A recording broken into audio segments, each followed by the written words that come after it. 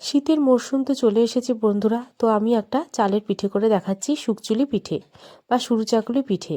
তো দেখো, চালটা আমি মিহি করে পেস্ট করে নেব, একদম মিহি করে, একটুও চালের গুঁড়ো গায়ে গায়ে লেগে থাকবে না, এতটাই স্মুথ হবে, পুরো কেকের মতো একটা ব্যাটার তৈরি হবে। তারপর একটা বাটিতে আমি সর্ষে তেল, সাদা তেল আর একটু সামান্য জল ভালোভাবে মিশিয়ে নিয়ে আমি একটু কড়ার মধ্যে দিয়ে দিয়ে করব।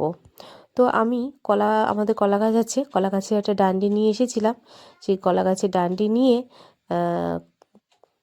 মানে আমার তেলটা কড়ার মধ্যে আমি দিয়েছি, যে দেখো দিয়েছি, এতে আমার বেশ সুবিধা হয়। আপনারা অন্য কিছু ইউজ করতে পারেন।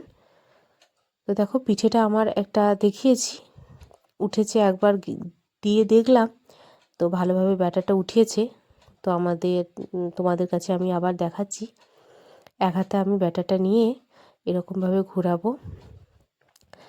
আপনারা এটাকে কী নামে বলেন জানি না, আমাদের এখানে সরু চাকুলি বা শুকচুলি বলে, বিভিন্ন জায়গায় আঞ্চলিক একটা নাম থাকে।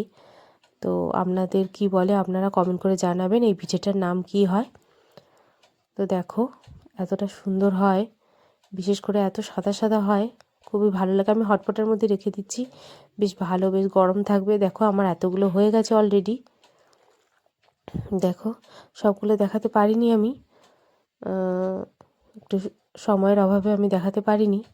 এই দেখো, আমি একটা পাতলা গুড় একদম রেডি করে নিয়েছি, একটু গরম করে নিয়েছি গুড়টা, খেতে কিন্তু দারুণ লাগে গুড় একটু গরম করে নিয়ে খেতে। দেখো, আমার রান্নাটা একেবারে রেডি হয়ে গেছে। আপনাদের ভালো লাগলে অবশ্যই লাইক, কমেন্ট, সাবস্ক্রাইব করে দেবেন। তো বাই বাই বন্ধুরা, আজ এই পর্যন্তই, আবারও আসবো অন্য কোনো ভিডিও নিয়ে।